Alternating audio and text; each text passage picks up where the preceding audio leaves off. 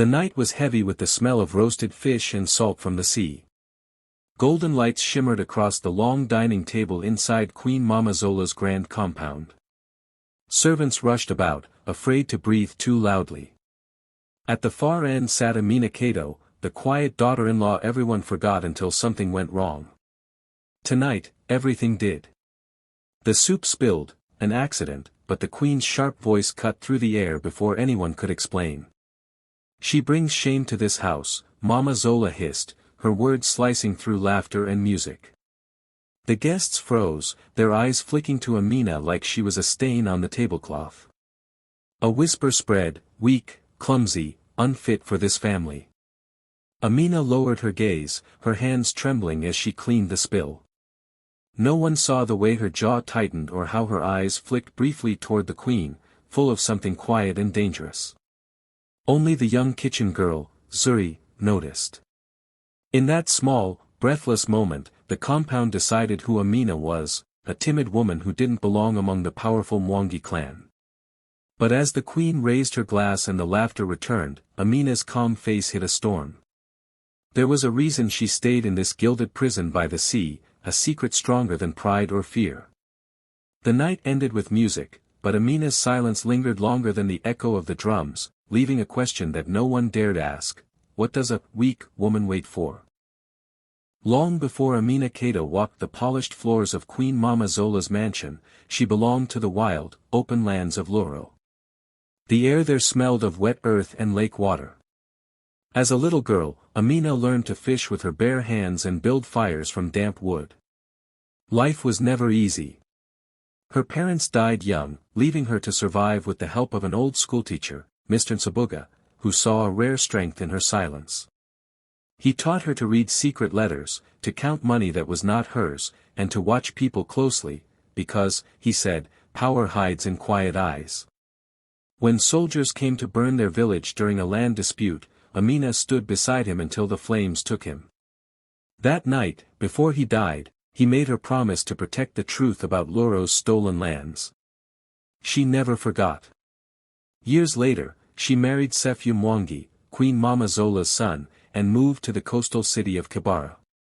To the Mwangi family, she was just another village girl saved by marriage.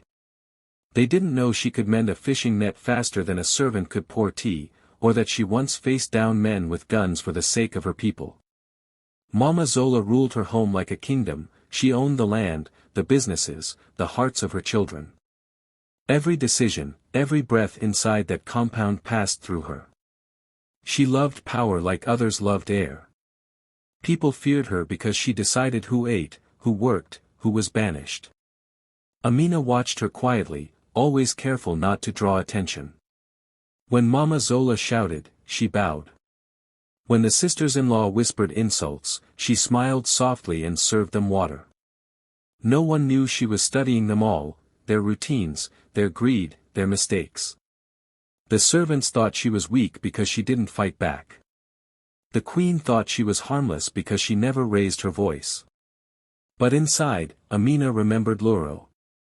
She remembered the night her mentor died and the secret map he hid in her memory, a map that proved the Mwangi Empire stood on stolen land. Sometimes, late at night, she would sneak out to the courtyard and look at the ocean waves. The sound reminded her of the lake back home, of freedom. She would whisper to herself, "Be patient."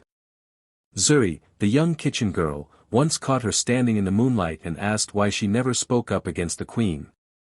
Amina only smiled and said, "Because I am not done yet." Every small act, the careful silence, the soft nods, the lowered eyes, was part of something bigger. Mama Zola saw obedience, but Amina was gathering strength the way water gathers before a storm. The compound thought they knew her, but they only knew the mask she allowed them to see. Beneath it lived the girl from Loro, shaped by fire and loss, waiting for her moment to strike back at the empire built on her pain. Life inside Queen Mama Zola's compound was like walking through a maze filled with eyes. Every word carried weight, every smile hid a secret. Amina moved quietly through the marble halls, her face calm even when her heart raced. Her husband, Sefu Mwangi, rarely spoke. He was loyal to his mother, raised to obey her every command, but there was something gentle in his silence that Amina sometimes trusted. Other times, his distance hurt more than the queen's cruelty. He watched her suffer but said nothing, caught between love and fear. The sisters-in-law were worse. Dressed in bright fabrics and dripping with jewelry, they gossiped like snakes in sunlight. To them, Amina was a threat simply because she didn't play their games. They whispered lies to Mama Zola, saying Amina had cursed the kitchen, that she hid letters from outsiders. The queen believed what she wanted to believe, and her suspicion grew like a fire that refused to die. Then there was the steward, Mr. Baiko, a man with a crooked smile and quick hands. He managed the queen's money, but everyone knew he took more than his share. Amina noticed small things, missing coins, fake receipts, new shoes he couldn't afford. She said nothing, but she kept her eyes open. Zuri, the young kitchen girl, became her only friend. She brought Amina small bits of news, smuggled letters from traders in the market, and whispered warnings when the queen's spies were near. One afternoon, Amina found a torn envelope hidden under a water jug in the storeroom.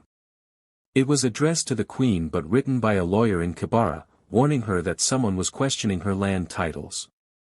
Before Amina could hide it, one of the sisters-in-law entered. Their eyes met. That night, Amina's lamp went missing, and someone poured oil near her window. The fire started just after midnight. Only Zuri's scream woke her in time. The flames licked the walls, smoke filled the air, and Amina stumbled out coughing, clutching the torn letter to her chest. The next morning, Mama Zola declared it an accident, but everyone knew better. The servants whispered that the queen's power was slipping, that her control was cracking. Sefu stayed beside Amina, silent but shaken. For the first time, he looked at his wife like he truly saw her. "You should leave," he whispered. But Amina only shook her head. "If I leave, she wins." From that day, the compound's air grew heavier. Whispers turned into secret meetings, glances into threats. Zuri began hiding messages in bread loaves, and Amina started piecing together the truth, about the queen, the land, and the lies that bound them all. The near-fatal fire had not scared her. It had reminded her who she was. The girl from Luro was still alive, and now she knew exactly where to strike. After the fire, something in Amina changed. The fear that once kept her quiet began to fade, replaced by a calm determination that no one in the compound could see. Every morning, she moved through her chores as if nothing had happened, but her mind was sharp and alert. She started paying attention to details, the way the steward signed documents, the keys Mama Zola kept close to her chest, the letters that arrived sealed with the family crest. Each clue was a piece of a puzzle she had been waiting years to solve. Late at night, when everyone slept, Amina trained herself. She practiced copying handwriting, breaking locks with hairpins, and memorizing patterns in the queen's accounts. Zuri became her silent partner, brave despite her fear. Together, they learned to move like shadows. Zuri gathered gossip from the kitchen and the guards, while Amina kept track of every suspicious transaction, every missing document. What they found confirmed what Amina had always known: Mama Zola's power was built on stolen land, the same land that once belonged to Luro. To bring her down, Amina needed help from outside the compound. She started meeting people secretly through Zuri's contacts. The first was Mr. Tembo, a disgraced lawyer from Kibara. Once powerful, he had lost everything after crossing Mama Zola. His bitterness burned as bright as Amina's quiet rage. He agreed to help her find the original land deed, the one Mama Zola had buried years ago. Then came Mama Sifa, the market queen. She had fought the queen's taxes and lost her stall, but her network in Kibara's markets was strong. She could find papers, forge signatures, and spread whispers faster than the wind. She warned Amina that the plan was dangerous, that Mama Zola would crush her without mercy. Amina only smiled. "Let her try," she said. Their last ally was old fisherman Baraka, a man who once worked for Amina's mentor in Luro. His memory was fading, but he remembered a secret cave near the shore where the stolen land papers were hidden long ago. Amina followed him one evening to the coast, the sea rough and angry. Inside the cave, they found a rusted box sealed with wax. Inside it were old maps, deeds, and a letter bearing the Mwangi seal. It was proof that Mama Zola's empire stood on land she had no right to claim. Amina's plan began to take shape. It was fragile, full of risks, and depended on the queen's arrogance. She knew Mama Zola believed no one could touch her. That pride would be her undoing. Amina and her allies would expose the truth step by step, in public, where the queen's own name would destroy her. As the waves crashed outside, Amina looked out toward the compound's lights in the distance. For the first time, she wasn't afraid. The storm had begun, and this time, she was the one calling it. The plan began like a whisper, moving quietly through the streets of Kibara and the walls of the queen's compound. Amina's allies worked in shadows, each step careful, each message hidden. But secrets never stay buried for long. The first sign of danger came when Mr. Tembo, the disgraced lawyer, was arrested. He had been followed after one of their meetings, and before Amina could warn him, Mama Zola's guards dragged him through the market square for all to see. The queen called it justice for spreading lies. Amina watched from a distance, her face blank, but inside her blood boiled. Tembo's capture meant one thing: someone had betrayed them. Soon after, the market queen, Mama Sifa, vanished. Her stall was burned to ashes, and no one dared ask where she had gone. Fear began to crawl through the city, but Amina stayed calm. She had lived through worse in Luro. She told Zuri, when they strike, it means we're close to the truth. Still, her heart ached for her allies. At night, she sat awake, listening to the wind move through the compound, waiting for the next blow. It came faster than she expected. One afternoon, Mama Zola called for a public hearing in the courtyard. Servants, family, and neighbors gathered under the bright sun. Amina was accused of treason, of plotting against the family. The queen's voice carried like thunder as she declared that Amina had shamed the Mwangi name. Amina stood still, head bowed, the crowd jeering. Sefu's face was pale, torn between his mother and his wife. When asked to defend herself, Amina spoke softly. If telling the truth is treason, then I am guilty. Her calmness unsettled them all. The queen expected tears, not quiet fire. That night, the cottage where Amina once kept her secret papers burned. Flames swallowed everything, leaving only ash. Zuri wept, thinking it was over, but Amina only stared at the smoke. She thinks this will stop me, she whispered. It only clears the path. The next day, a sudden blackout swept through the compound, lights out, guards confused, chaos everywhere. Amina used the darkness to move. She snuck into the queen's office, her hands trembling but steady enough to open the safe she had watched Mama Zola use for years. Inside were more forged papers, proof of bribes and land thefts. She hid the documents beneath her shawl and slipped away before dawn. The compound buzzed with rumors the next morning. Mama Zola's fury was unmatched, her screams echoed through the halls. Yet no one suspected Amina. To them, she was still the quiet, broken woman who bowed her head and obeyed. But behind her calm eyes, the fire was burning brighter. Every setback had taught her something: the value of patience, the danger of trust, and the power of being underestimated. The queen had tried to crush her. Instead, she had sharpened her. The night the revolt began, the air around the compound felt different, thick, heavy, waiting. A storm gathered far over the sea, lightning flashing like warning signs in the dark. Amina moved through the shadows barefoot, her heart beating steady and strong. Every step had been planned, every signal prepared. Zuri waited near the kitchens, ready to set off the first distraction. In the main hall, guests gathered for the queen's annual feast, a celebration of her power and wealth.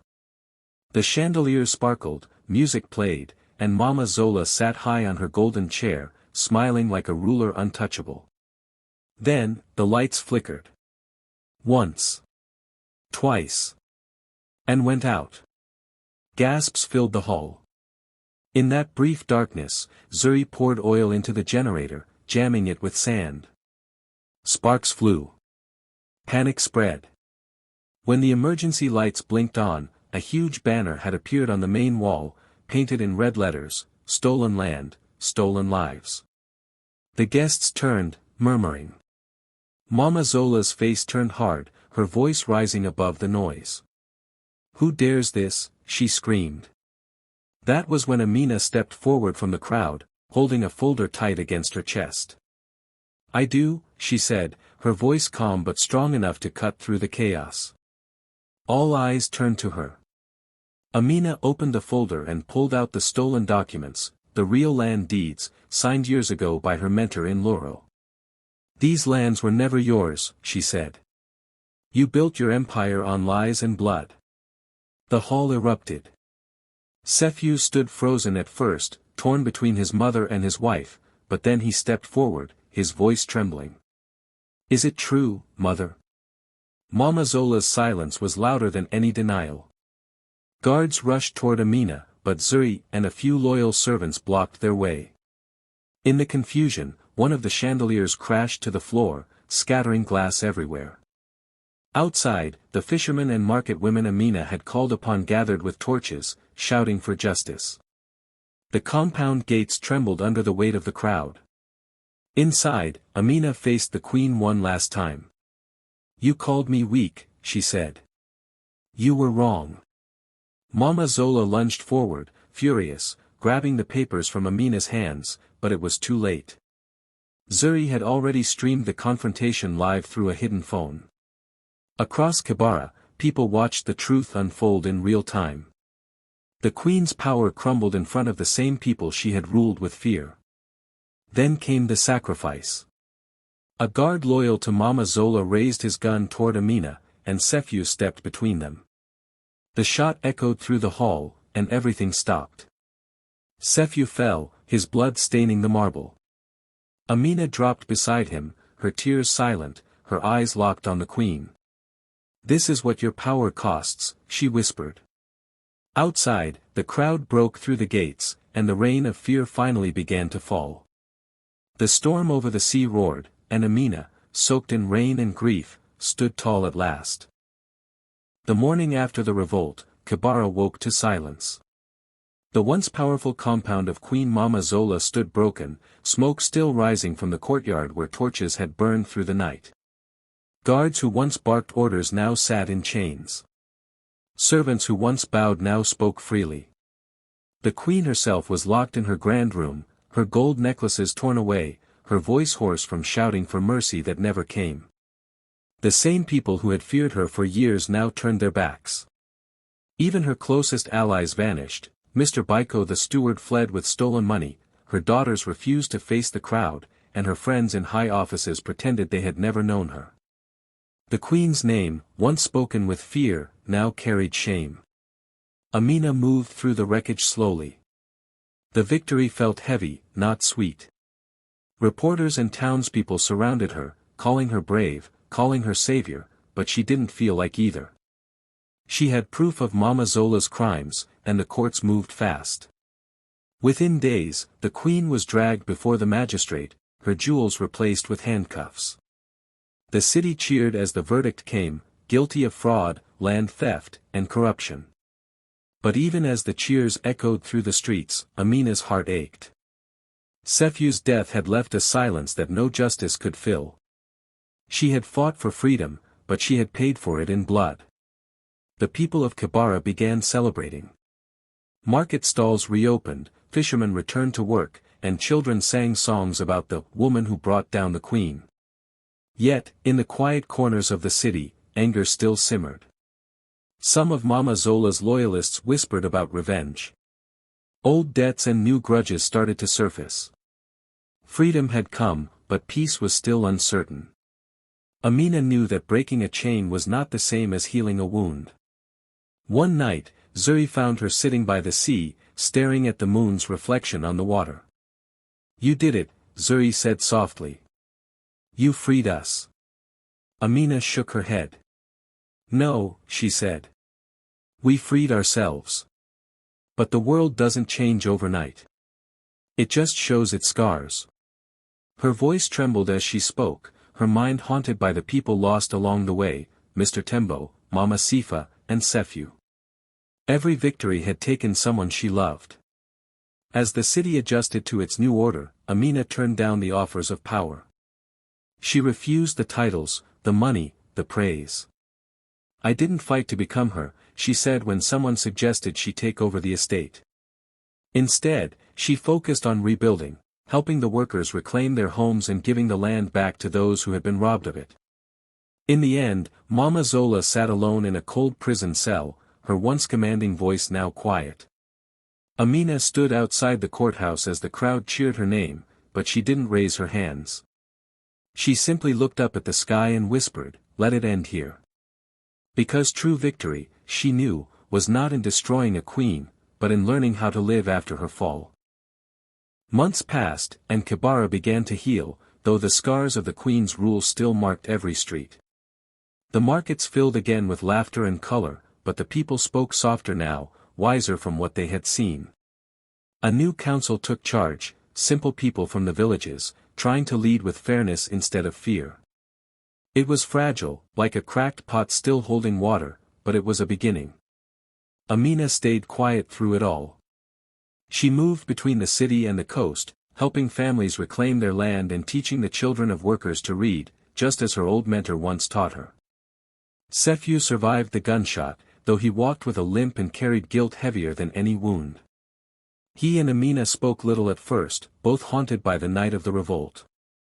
But in the small things, a shared meal, a gentle touch, they began to rebuild what had been broken. He finally saw his wife not as quiet or weak, but as the heart that had saved them all. Zuri's life changed too. The kitchen girl who once whispered warnings now stood tall as the manager of the compound, turning it into a shelter for widows and orphan children. Her courage inspired many, and people began calling her the girl who carried fire in her voice. One morning, Amina returned to Lake Loro. The sun was just rising, painting the water gold. She stood barefoot by the shore, the same place where her story began. A local child snapped a picture of her, calm, alone, wrapped in morning light, and posted it online.